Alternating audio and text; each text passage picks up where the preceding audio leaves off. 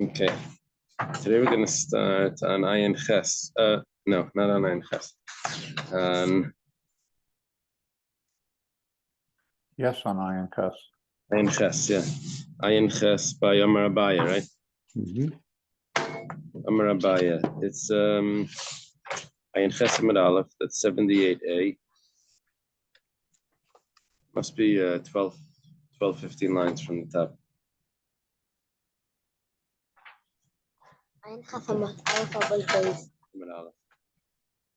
The last word in my Gemara, the last word on the line is Kiddush.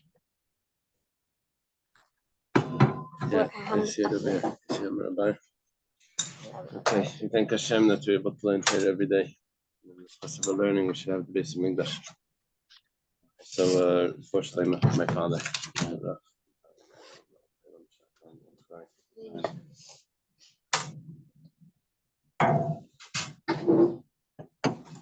Okay. Start today with Amar Abaya. We're going to have a Machlaikas Abaya and Rava. And it's regarding a prohibited marriage that a Kohen has with a divorcee or a Kohen Gadol with a widow. And we're also going to mix into this the prohibited marriage of a regular Jewish person that divorces his wife and she marries someone else and then he takes her back. All of this is going to come into this little piece right now. Yeah. He's not allowed to. This is a violation. We're talking about the violations, marriage violations.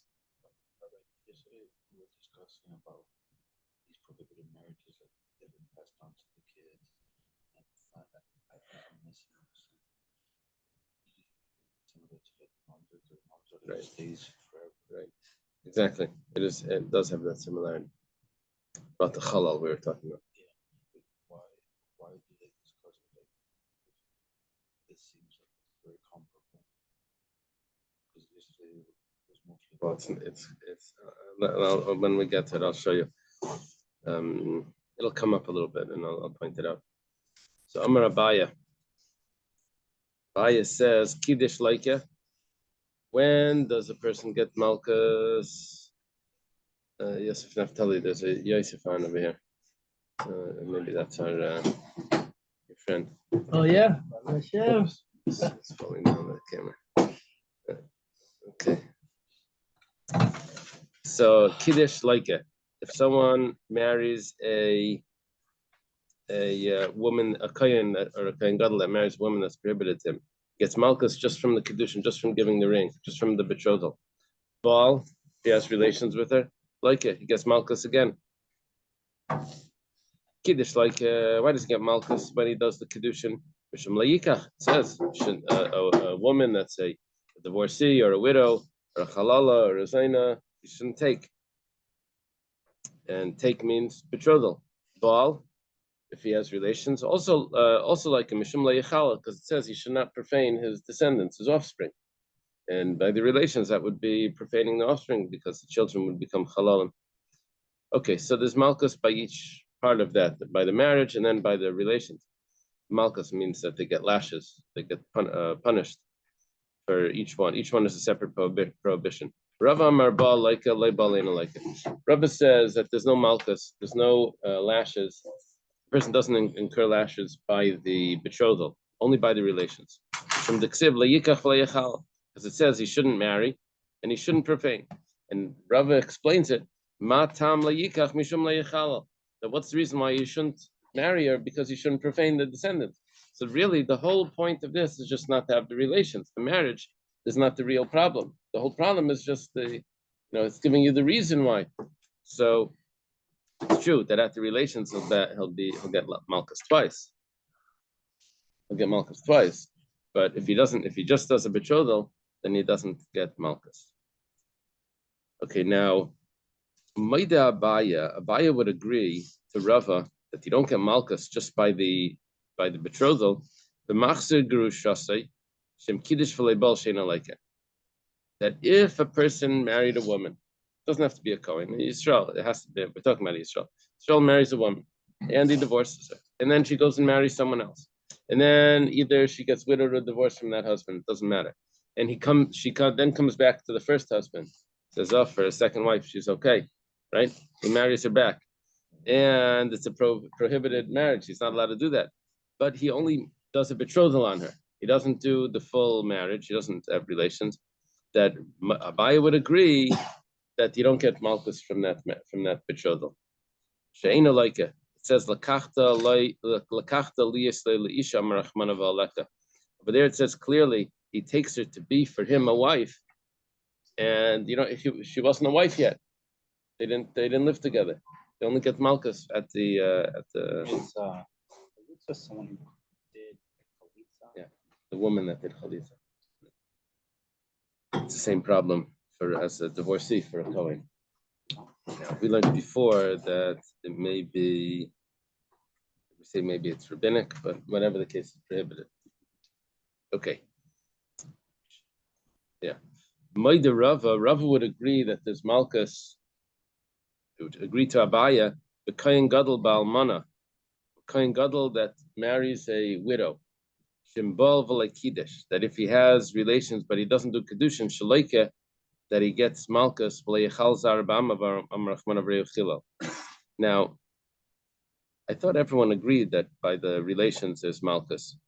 Why is Rava now like admitting to Abaya? Why is this considered he's admitting? The machlekes was about the Kiddushin. No? Almana, it says, right? I'm sorry? Tell me again. It was always about the Almana, both? No, before it could have been Almana, it didn't matter. It was a Kohen Gadol or a Kohen Hadiyat that was marrying someone that was prohibited to them. A Kohen Gadol could be an Almana, a Kohen Hadiyat could be, that's what it looked like. But the relations didn't seem to be the machlekes. The machlekes seemed to be the betrothal. These both psukim would apply to the Almana? Layikach. Lo yikach and lo yichadel? But the Almana, what does it say? It says, I need your Gemara for a second. I don't have the psukim in my Gemara.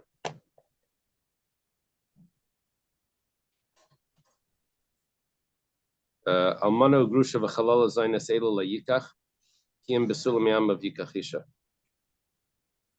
That's by the Kohen Gadol.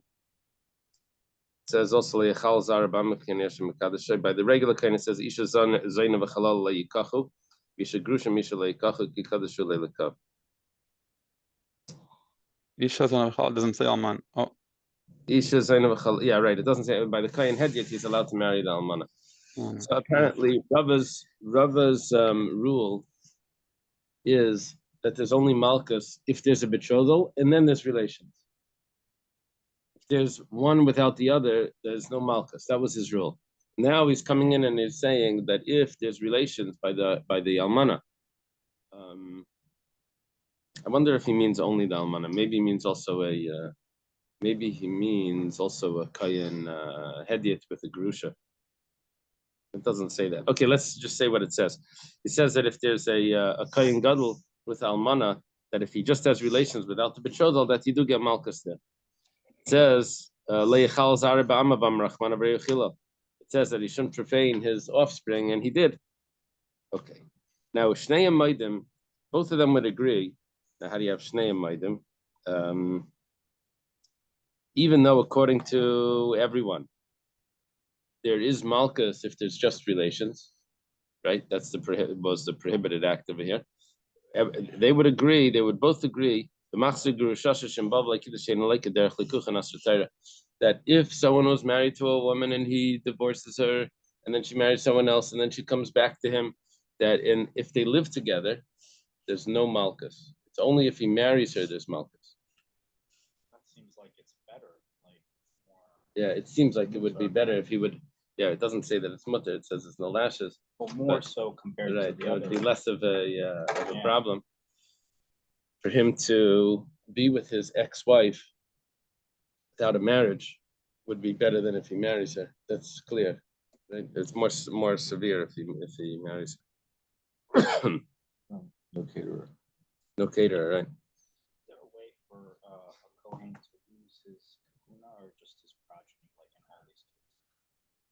Kohen himself doesn't really lose his Yeah. kuna. It's only by the. There's this problem. yeah. Wow.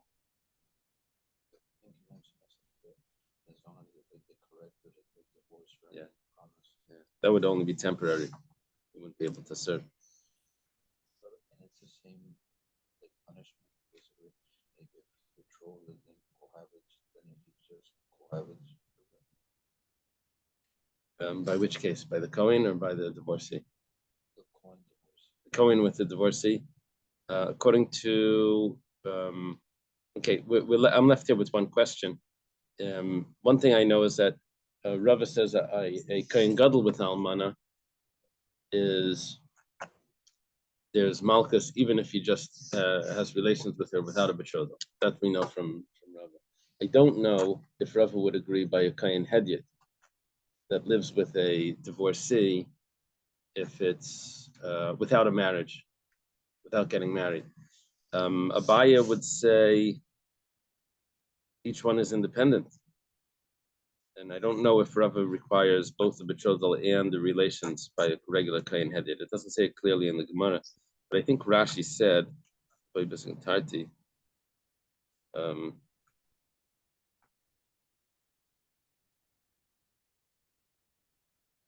Rashi and Shnei Maidim Machzor Gershasi says, even though according to both of them, Kohen b'pisula loy loika alabiyah b'lei Kiddushin, sounds like even a regular Kohen. It sounds like even a regular Kohen that lives with a divorcee would get lashes just from being with a divorcee without a betrothal. I mean, it's a real question because if a Kohen would marry a divorcee, they say, no, you're not allowed to. She said, okay, so I won't do a wedding. So I mean that's what the Gemara doesn't spell out, but it seems like Rashi is saying it is that that's the whole problem. The problem wasn't the wedding. The problem was the relations. And the problem was the wedding also, right? But it didn't matter if it's like it was his previous wife. No, he can never marry that's a separate case. One second. The case of returning the previous wife, it cannot be a Kohen, because a Kohen can never take a divorcee anyway. That's talking another person, a Yisrael, that takes back his previous wife. So that we said is not it's not the cohabitation, it's only the marriage. That's the problem. Yeah, that the Gemara concluded. Okay. Okay, maybe in the notes over there, maybe says something about a Kohen with a divorcee. Do you have any notes, anyone? Yeah. A Kohen with a divorcee. Well, there's a halacha. Let me see the halacha back.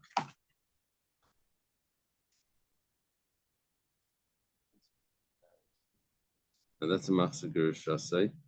Let's see over here. Well, like it. Rambam states that any priest who marries a woman forbidden to him, engages in intercourse with her is liable to receive lashes. Okay, that everyone agrees to.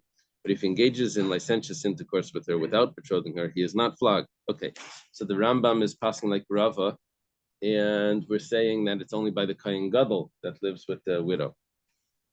The Ravid holds that if he betrothed her, they engaged in intercourse, he received 2 sets of lashes.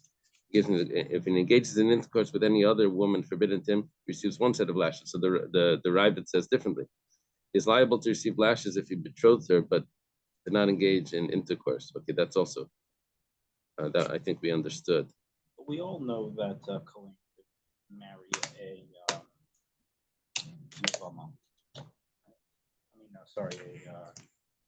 A widow. Widow. Yeah. Yeah, no, an almana. A widow is almana.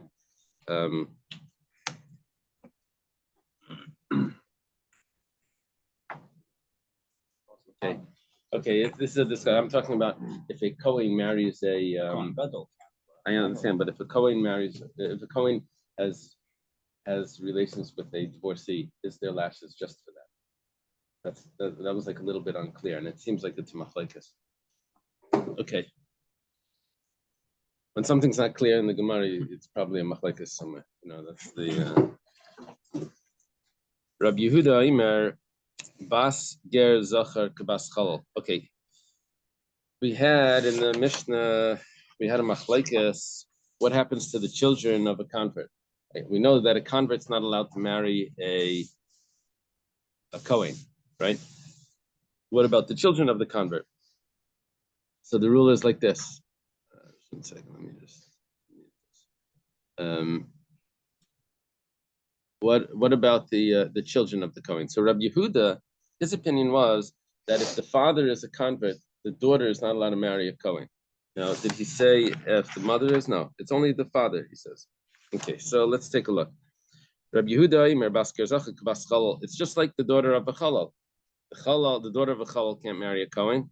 The Chalal meant that the father was a Kohen and the mother was a divorcee. The child becomes a Chalal. If that child has a daughter, so that daughter can't marry a Kohen, right? We're talking about the third generation now. But he says the same thing with a convert that has a daughter. She can't marry a Kohen. Tanya, Rabbi Yehuda, it was taught in the Brayso. Rabbi Yehuda says, Basker Zachar K'bas Chalal. The daughter of a male convert is just like the daughter of a Chalal, cannot marry a Kohen. But I didn't know it, and he says it's even logical.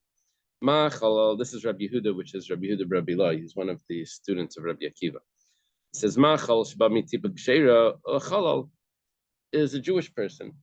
He marries his father was a Kohen, but okay. But he's not, but he marries a regular Israelite woman, which is a kosher marriage. There's no prohibition there. He marries a woman that he was allowed to marry. Sheba Mitipa Ksheira, it was a perfect marriage. Psula, but nevertheless his daughter he was a demoted Kohen. But his daughter is prohibited to marry a Kohen. Ger Sheba Mitipa Psula, but the convert, he comes from a non-Jewish person. In other words, how was he come into the world? Came from a non-Jew. In a din should be Psula for sure. That his daughter should be, if a Jewish person's daughter is prohibited to a Kohen, even though there was nothing wrong with that marriage, right? So the convert who was not Jewish, for sure his daughter should be prohibited to a Kohen. Gemara says, 1 second, but that Chalal, how did he come into existence in the first place? There was a sin. You're ignoring his history. His grandfather had married a divorcee. How did he come into existence? So that's why his daughter can't marry a Kohen. But the convert, his father, or whatever, married another woman that was perfectly permitted. 2 non-Jews got married. They had this child that later became a convert. There was no sin there. Okay, so why should you say that his daughter should be prohibited? It says, well, Kohen Gadol Balmani Yechiach. Take a look at the Kohen Gadol. Let's say he marries a widow. Shein Yitzirasi Ba'avera. He did not come into existence through a sin, but nevertheless beat the psula. But nevertheless, his daughter, you see, if you're looking at just how did he come into existence, the Kohen Gadol didn't come into existence with sin, but his daughter is prohibited. It says, yeah, but you're ignoring the main point. Kohen Gadol Balmanish can be Yasi Ba'avera. But the relations that made this girl was a sin. He missed that point. So the Gemara goes back and says, Chol Yechiach. What about the Chalal? He didn't do a sin.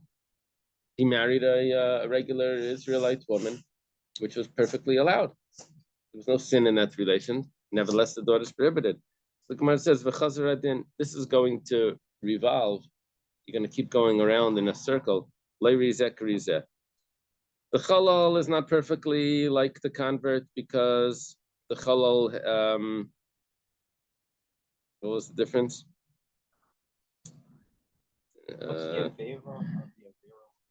Because there is no affair by the guy. Yeah, I'll go through it now. It says the Chalal is not perfect to the convert because the Chalal had he was formed through sin. He was conceived in sin, right? The Chalal himself. And so we say, yeah, but the Kohen Gadol wasn't conceived in sin and his daughter is prohibited. That's because the Kohen Gadol was committed a sin to have that daughter. So we say, but the Chalal didn't commit the sin to have this daughter. So we go back, it keeps going around, and both of them are not perfectly similar to the convert. However, if we look at the common factor, the common factor between both the Chalal and the Kohen Gadol that marries the widow, they can't marry everyone. Afani obvious again, shein a brave akol. He's also the convert also can't.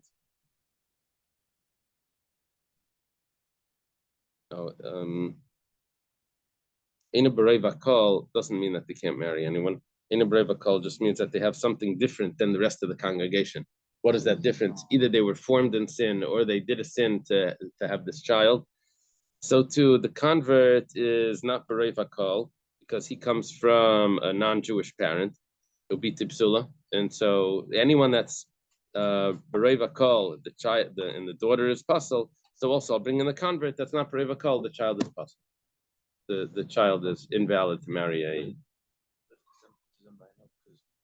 Perfect, because in the case of the convert is only the daughter, Right. and the halal, it doesn't matter if it's male or female.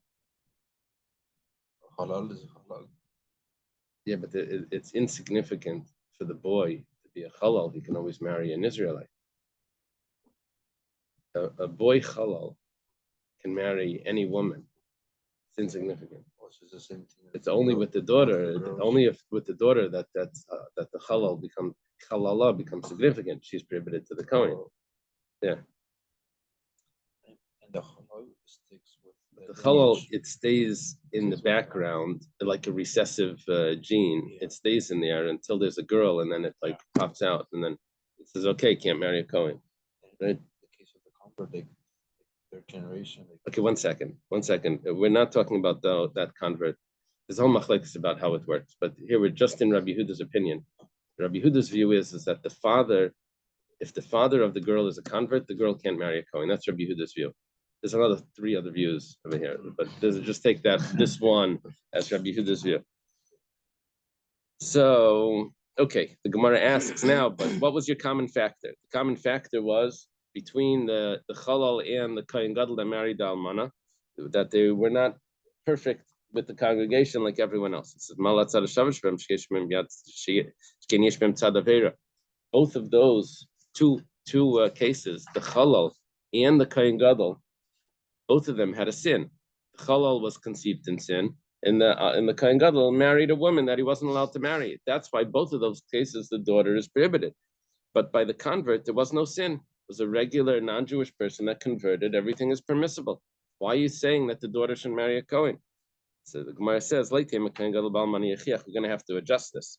It wasn't a Kohen Gadol that marrying an almana.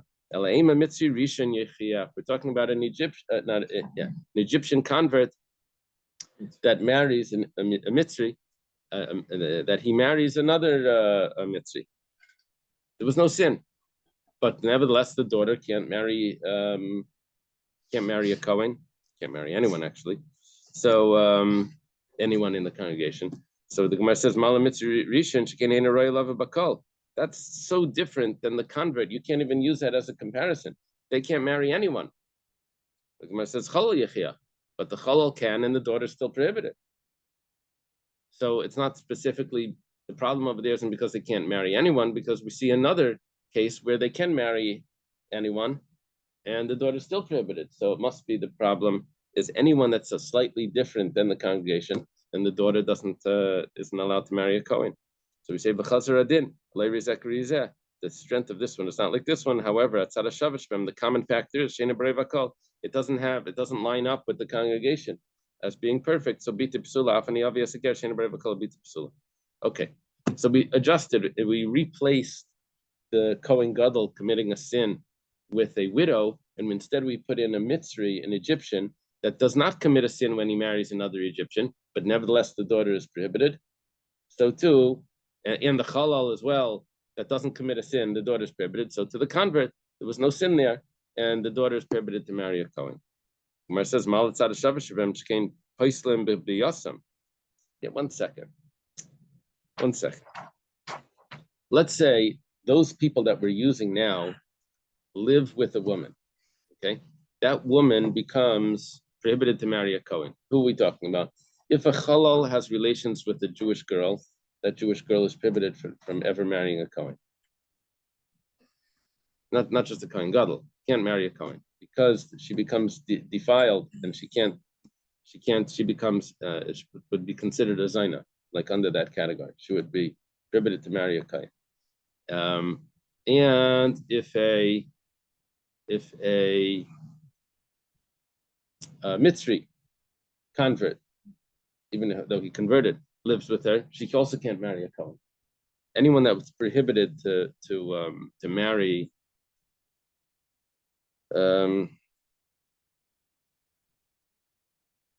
anyone that would be prohibited to marry a Kohen, so that prohibition would invalidate a woman. However, if a convert lives with a Jewish girl, we're not talking about a Jewish girl marrying a convert. We're talking about a regular Jewish girl, regular Israelite girl. Convert lives with this Israelite girl. She can still marry a Kohen. He was Jewish. They could have gotten married. There was no problem. Anyone that, right? They could have, so there's no problem. It's only the Chalal that they could have gotten married that would invalidate her for, okay. So, but take a look. Those two cases are different than a convert with a Jewish girl. You see that those are different, and therefore you can't say that just like both of them, the daughter is prohibited to marry a Kohen, so too the convert's daughter should be prohibited to marry a Kohen, because they have a different category. So the Gemara says, Rabbi Yehuda, Gernami Paisel b'biyasi ma'isele b'matzad mihaydina. You're asking a question on Rabbi Yehuda. Rabbi Yehuda is the one that holds that a convert's daughter can't marry a Kohen. You're asking, 1 second, you're learning it from 2 other people that their daughter can't marry a Kohen, and you're asking a question that 1 second, but if they would live with a Jewish girl, then the Jewish girl would be prohibited to marry a Kohen. So how can you compare that to a convert that lives with the Jewish girl? That's not a question according to Rabbi Yehuda, because Rabbi Yehuda holds a convert that lives with the Jewish girl is also prohibited to marry a Kohen. The girl would be prohibited to marry a Kohen. That's Rabbi Yehuda's view. It wasn't our view, and that's why we thought it would be a question, but it's not a question on Rabbi Yehuda. Okay. Rabbi Eliezer ben Yaakov is the second opinion, and he says that a convert that marries a Jewish woman, the daughter can, yes, marry a Kohen. And the same would apply if a regular Jewish man marries a convert, the daughter can marry a Kohen. According to his view, it's only if 2 converts get married that there would be a problem with the daughter marrying a Kohen. That's Rabbi Eliezer ben Yaakov's view.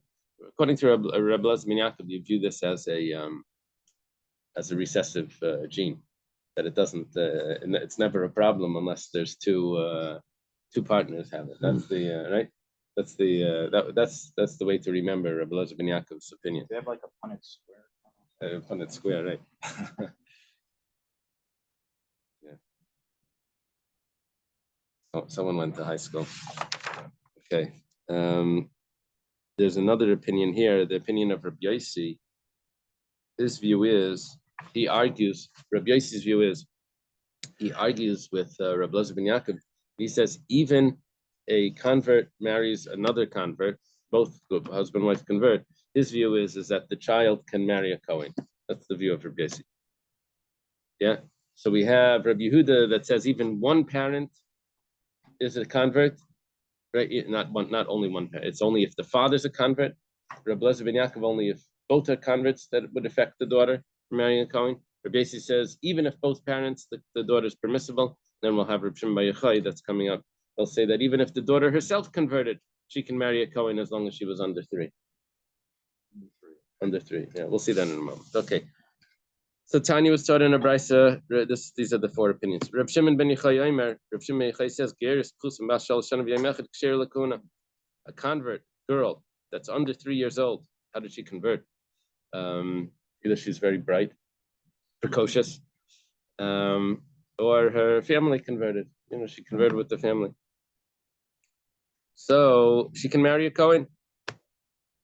It says in the pasuk, this is talking the battle with Midian, that all the girls that were under 3, you let live. But like Pinchas and Pinchas was there, and which meant that it was according to the halacha, that you were allowed to let the girls under 3 live. They went to battle with Midian. They left the women alive, and it was upset, and that the women were supposed to, were the ones that did the sin with the, so they killed the women, but the ones that were under 3, they let them live. And the men for sure. Yeah, that was the battle, right? Rabbanan, what do the Rabbanan say about this? That's a good proof that that should be no problem with those girls that converted under 3. It doesn't mean that they married them. It meant that they let them live and they were slaves. You still can't marry them. And they all learned from one pasuk. Yeah, Reb Daniel, this is the discussion about that pasuk in Yecheskel gets brought up over here. Continues on to the next page. We quote the pasuk in Yecheskel that seems to contradict a lot of things that we have in the Chumash. But let's take it slow. They're learning this pasuk. Pasuk says, we're talking about Kayanim. It says, Almana ugrusha layikchulem nashim. It says that the Kayanim are not allowed to marry a widow or a divorcee. Kiyim besulis mizera beis Yisrael. Only allowed to marry virgins from the seed of the house of Israel. Okay, let's take a look. We have 4 opinions now, right? 4 opinions who a Kayan is allowed to marry when it comes to a convert. Rabbi Yehuda's view is if the father is a convert, the daughter cannot, the Kayan cannot marry the daughter. Rabbi Yehuda Savar Adesik Kol Zera Yisrael. It says they can only marry someone that's Mizera Beis Yisrael. That means both parents need to be Jewish to marry them. Rabbi Lezer ben Yaakov Savar, or Rabbi Lezer ben Yaakov view says that if one parent was Jewish, that's enough. Savar Mizera Filo Mikza Sera. Says even if it's one parent, doesn't matter. It doesn't matter, father or mother was Jewish. That's good. Rabbi Yossi Savar, Rabbi Yossi holds that you don't need any parents to be Jewish, as long as they converted. The child can marry a Kohen. He says Misha Nizru Yisrael doesn't mean that they needed to be Jewish. The parents need to be Jewish from birth. They just needed to be Jewish at the time of conception. Shenizru, that there was like seeded was in Israel. That means that they were if the child was conceived and the parents were Jewish at the time, the parents had already converted. That's good enough. The daughter can marry a Kohen. See, Reb Shimon Bar Yochai says, says, when did she become a virgin? Because the skin of the virgin is grown when she's 3 years old. So as long as she converted under 3, she became a virgin when as a Jew. So that's going to be acceptable.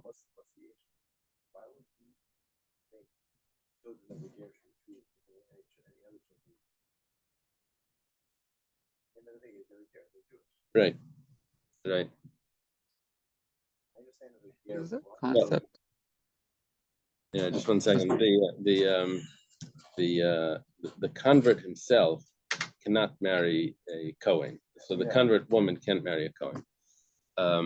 Another question is if the convert's children can marry the Kohen.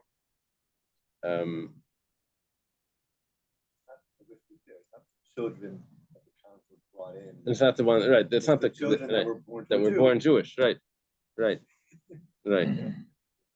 It should really be. He's not a convert. He's a Jew. Right. If you accept Rabbi Yossi's view, then even if both parents are converts, the child can marry a Kohen. Why should not be? Right.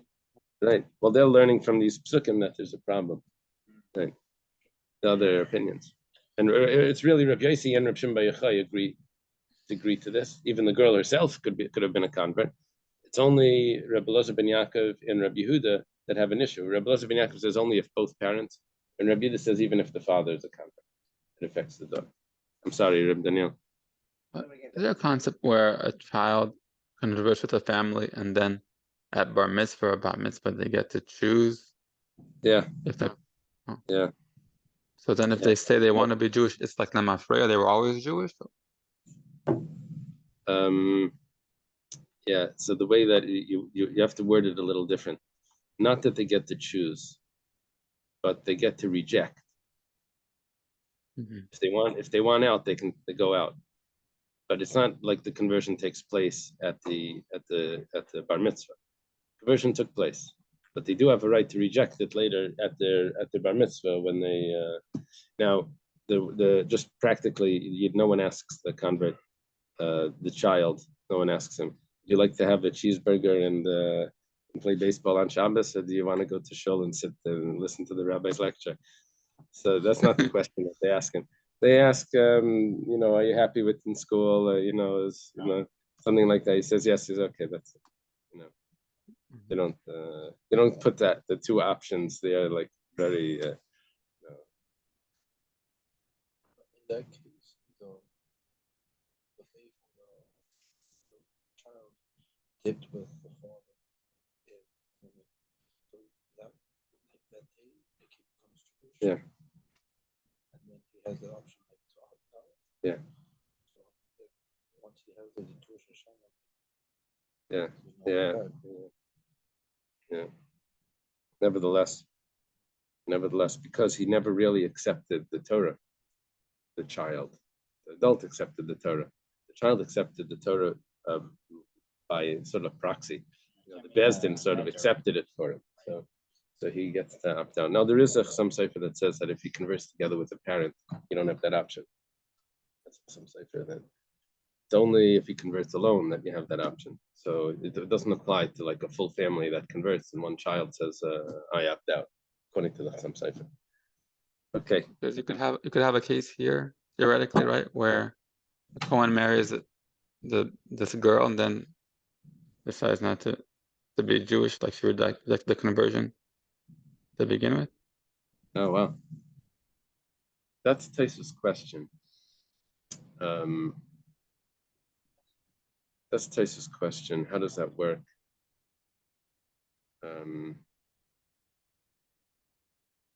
Was it in Gittin, I think? Taisa's in Gittin.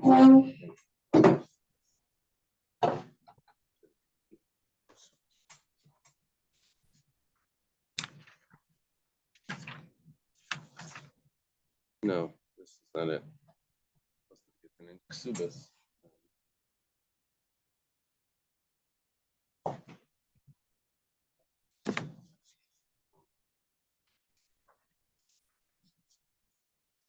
Feeling I sell das business is it.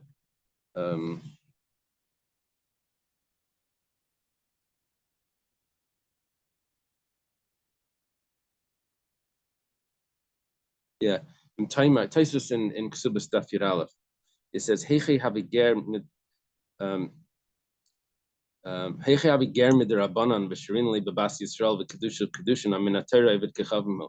Taisus is saying that he's only rabbinically converted. Yeah. I mean, you got to go through this, but it's. I mean, they asked the question. Daf Yomi Warriors, Ksubas Daf Yomi Warriors. Thank you. All right. Amalei Rav Nachman LaRava. Rav Nachman says to Rava, Rava is a student. I must be Rav Nachman Bar Yitzchak. That's my guess. Rav Nachman is much older than Rava. Over here, it looks like Rav Nachman is asking Rava a question. Okay, I have no authority to adjust the Gemara, but the history of it is questionable. Rava is, I think, not even a student. I think he's even a generation below the students of Rav Nachman. So it could be Rav Nachman Bar Yitzchak, the other one. Anyway, the question is like this: Haikra. When you look at that pasuk in Yecheskel, Haikra Reisha b'kayin gadol v'seifa b'kayin hedyet. There's two verses there. One of them we already said. We said that a widow and a divorcee, they cannot take as wives, only virgins from the house of Israel. That's what we discussed. The pasuk goes on and says that, but a widow that was a widow of a Kohen, they could take. Now, because the first pasuk said they have to marry a virgin from the house of Israel, that looks like we're dealing with a Kohen Gadol. Because the Kohen Gadol has the obligation to marry a virgin, not a regular Kohen doesn't have to marry a virgin because it's allowed to marry a widow. Regular Kohen. It's only the Kohen Gadol that has that restriction, right? But then the next pasuk says, but they're allowed to marry a widow that was a widow of a Kohen. Yeah? A widow of a Kohen, they're allowed to marry. Now that means we're talking about a regular Kohen, not a Kohen Gadol. So Rav Nachman says to Rava, it says, 1 second, the first pasuk is talking about a Kohen Gadol. The end of that discussion switches to a Kohen Hedyet. Amalayan says, yeah, that's not a problem. It's two different pasukim. It's fine. It says, V'kasav krahachi, does the pasuk write like that? That you just like switches topics without any a marker of some sort that we've just changed the subject. The Gemara says, he responds Amalei, and he says, yeah, it does that sometimes.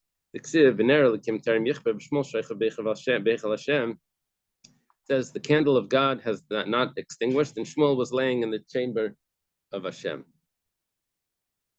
Says, how is he laying? How is Shmuel? Shmuel is laying there. Eli was the Kohen Gadol, and Shmuel is there, and he's laying in the chamber. How's he allowed to sit? Shmuel was a Levi. He can't sit. Only the kings from the house of David are allowed to sit. The anointed kings, but that doesn't mean he's allowed to sit. Says Ella Nerelikim Terim Yichva Behechel Hashem. You have to read it like this: the candle of God was burning in the chamber, and Shmuel was laying somewhere else. Shmuel Sheikh bin Kam, Shmuel was laying something else. You see, you have to readjust the pasuk.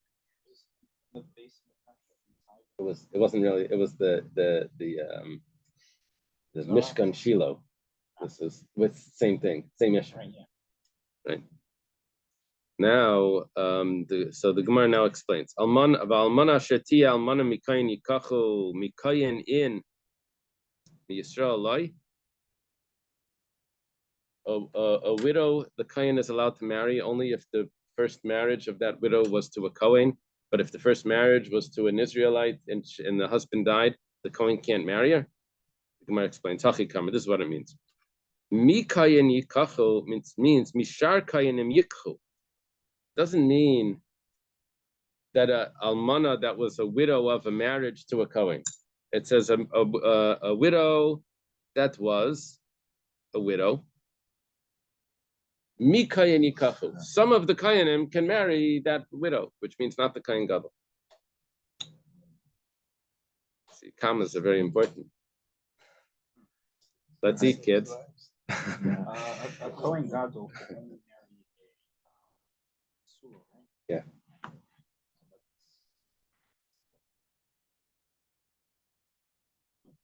So that would be only the first verse would be talking about the Kohen Gadol. The second verse is talking about a Kohen Hedyet, a regular Kohen. It's also taught in the Brisa, Mikayin yikachu mishar Kohanim yichchu. It's only the other Kohanim that are allowed to marry this widow. Okay, Rabbi Yehuda Aimer, min hamasiyim lekahuna yikchu. It's talking about, he has another explanation. He says anyone that the daughter could have married a Kohen, that person the widow is allowed to marry a Kohen. What's he excluding? Rabbi Yehuda is following his reasoning. Damar bas ger zacher, bas chalol zacher. Kol she'atanaisi bitei, atanaisi al menusei. Kol she'atanaisi bitei, atanaisi al menusei. Rabbi Yehuda is telling me like this. He says that since a convert is not allowed to marry a widow, since a Kohen is not allowed to marry a convert, right? Since a Kohen is not allowed to marry a convert, and the Kohen is not allowed to marry, when we know that a Kohen can't, according to Rabbi Yehuda, a Kohen can't marry the daughter of a convert either.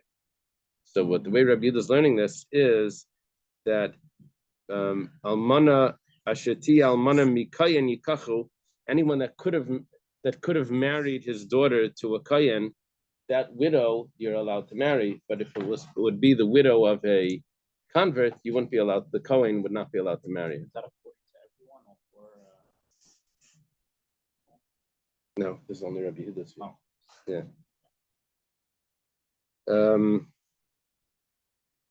You can't marry the daughter. You can't marry the widow. The Kohen can't marry the widow as well. Yeah, Rabbi Yehuda says there's some strict views here.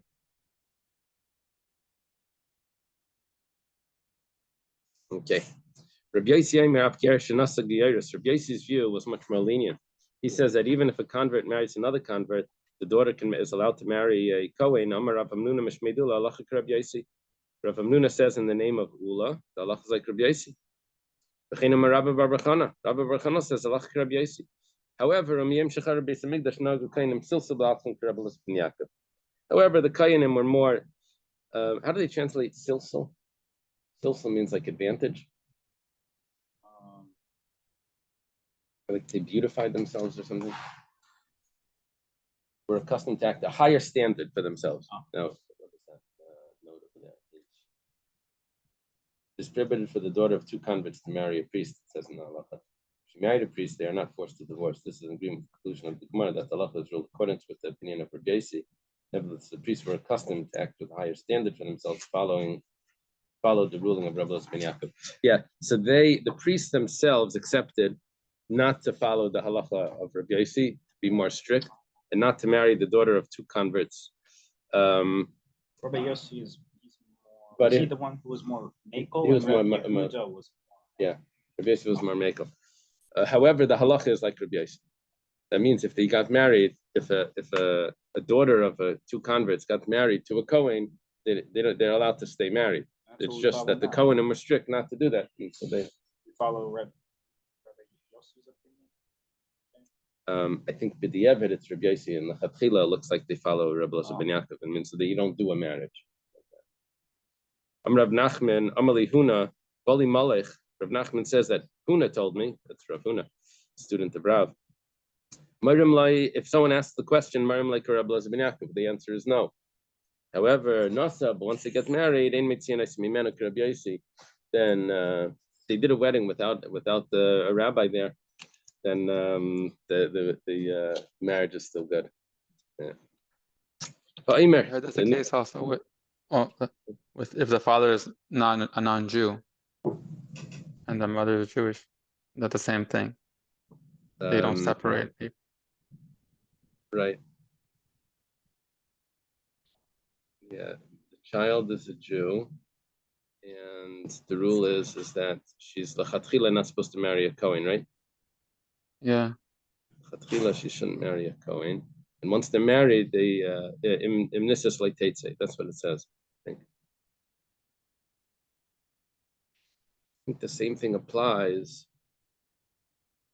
If the woman converts, and the baby is the same thing. If the baby is converts with her in utero, right? Converts with it. So then also the rule is if the conversion was done before the baby was born, if it's a girl, she's not supposed to marry a Kohen, right? But so it's basically the same point because the father wasn't Jewish. But if they're married, then they don't separate them. That's only if it's before the conversion, before the birth. But if it's if the daughter converts after the birth as a baby, she converts. Then even if they're married, they have to separate. Marry a Kohen. Okay. About the seated in Israel. Yeah, that was the view of Rabbi Yossi. He says that once that if the baby was born after the parents, if the baby was conceived after the parents converted, so that child is perfect to marry a Kohen. Even if it's a girl can marry, even if both parents converted, as long as the conception was after the conversion.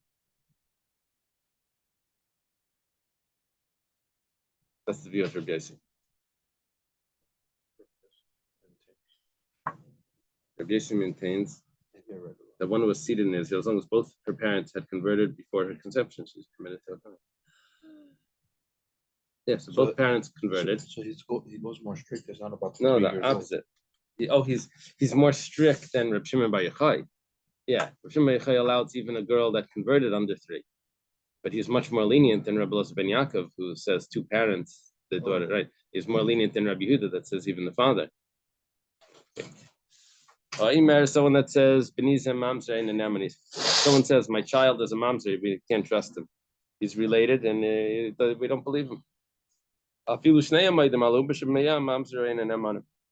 Even if both mother and father say that the child is a mamzer, you don't believe them. Who are you going to believe? Rabbi Yehuda says you do believe them. We're going to see. Let's take a look at the Gemara. What does it mean? Even both of them. It's telling me not only if the father says like Kimle, but he doesn't know if it was from him or not. That we don't believe the father. Even she, that we should believe her. Who knows better than her? The Kimle, we still don't believe her. Not only if the child was born already, and no one ever told us that he's a mamzer. All of a sudden, age 22, child wants to get married. The father shows up and says, "No, my son's a mamzer." So the child had a cheskes kashrus, right? We always thought that he was kosher. Elafilu uber nami, but even if it's a fetus that never had any status, the lesser cheskes kashrus like mehemni, we still don't believe him.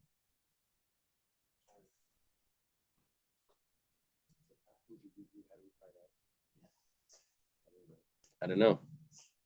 Right, Vilas Telem Babal. Whenever there's a marriage, you assume that the child comes from the father, from the husband, from the husband. That's the assumption.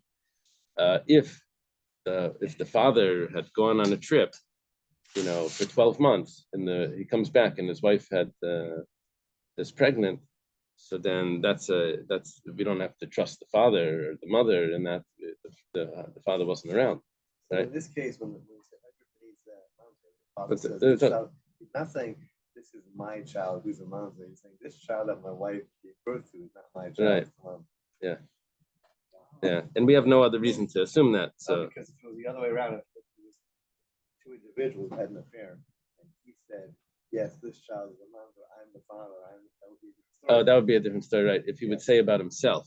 Yeah. Yeah, I guess so. So we believe him if it is. I'm not sure if he says himself that he's a mamzer. I think we learned in Yavamas that maybe he's only believed about himself, not believed about his children. We had something like that. I think so. This one, Rabbi Yehuda Namanim. when it says the son of mine is a mamzer, is this the parent that did not have relations? It's talking have about the that? actual father, the actual Related by husband, blood? the husband of this woman. Oh, the husband, is saying not the blood bill. Right. Yeah, he's nothing. Some guy shows up, a regular individual, and says that child is mine. Right. I don't know if that's believed at all. Oh, DNA. That's a good question. Witnesses. Oh, wait, Yeah, but one witness to invalidate another person is not accepted at all in this. If it would be a monetary thing, then maybe the person would have to take an oath or something. But otherwise, maybe they got into a fight and he wants to destroy his life. No, they don't trust just a person to show up. Rabbi Yehuda says that they do believe the mother and the father. Kedatanya says in the Brisa Yakir. This is talking about telling who is the firstborn son. The father says who is the firstborn son. Yakiren al-achirim. He can tell who is the firstborn son to the others. Mikan person can say this son is the firstborn.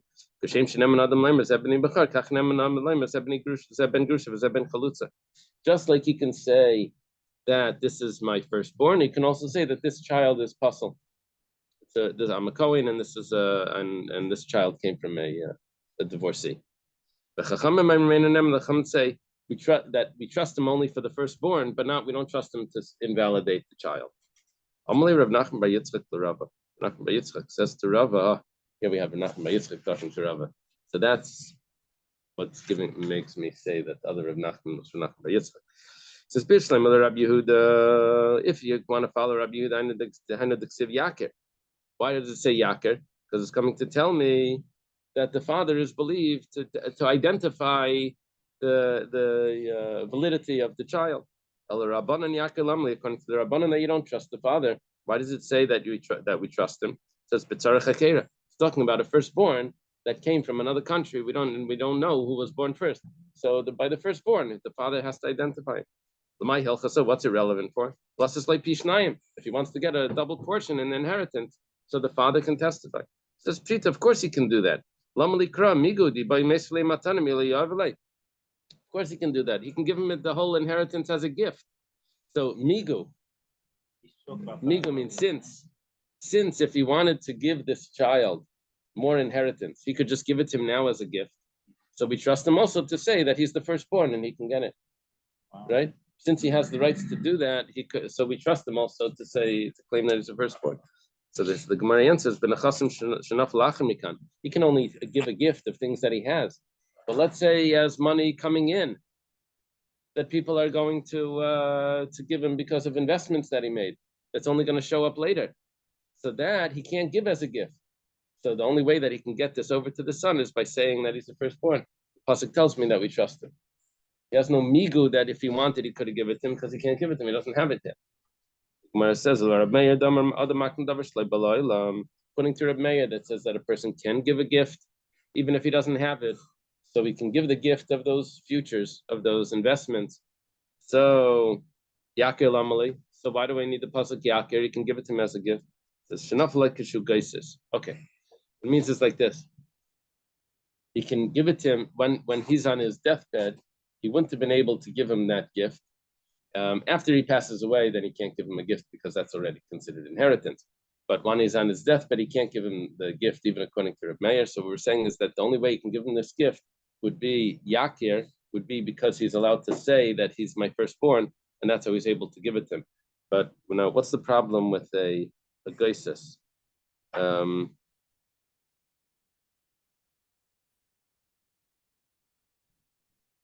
I'm not sure, but for some reason, when he's on his deathbed, he's not able to give this.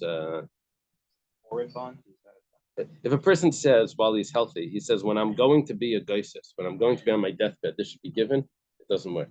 That's Reb Meir agrees to that, even though Reb Meir says I can give futures, but not on his deathbed. I'm not sure if there's, do you have a note there? Very interesting to talk about, like a non-Jew and like a Jew. It's like the complete opposite of the statement. Person on the throes of death is incapable of making a gift. Therefore, if someone gives away property that he will acquire when he is in the throes of death, the gift is void. Okay. And I think somebody had previously asked about Okay. Okay. Have a good day, everyone. Wow.